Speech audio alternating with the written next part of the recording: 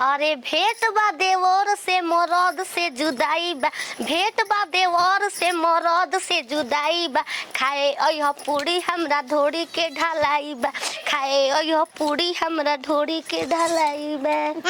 काने में को तो रे बियात काहे नहीं खू बिया जा फेनुस पर आज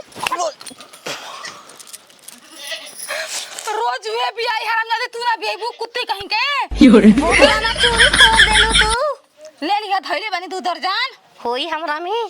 तार हाथ मोटी गो ना होई कहीं ना के लेने तू मारत का बालू कौन का सुर कर मैंने भोसड़ी जा बन का बा घर इन बानी अब का दम ना अरे बेटा ढोणी देखा जा के ना तबू पूरा देखा तो केने लौकता है का हो तू हे से क के देखबू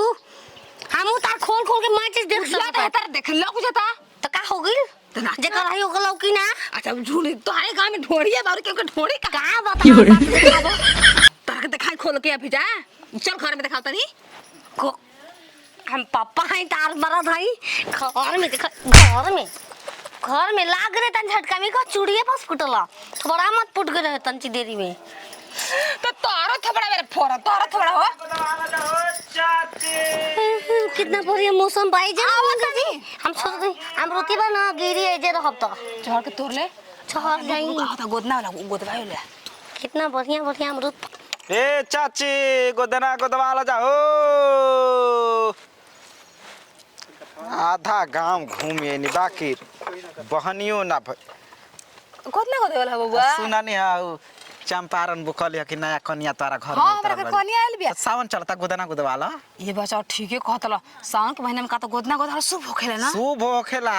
कितना पैसा लेबा अब देख सुबेरे सुबेरे के टाइम बा ढेर ना 500 अकाउंट दे दिया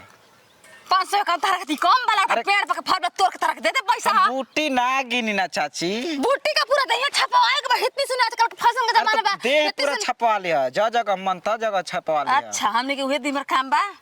देखा भाव से पैसा लेला 300 400 लेला आ गोद धर नया कन्या आइल बिया अच्छा चल 5 किलो चावल दे दिया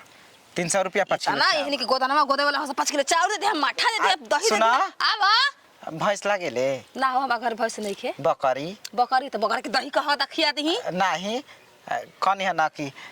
हमारा भौजी के लड़का के ना तबियत खराब बकरिया के ध होई त दे देत चल अच्छा गोदाना गोदे आवतन 10 रंग बात कर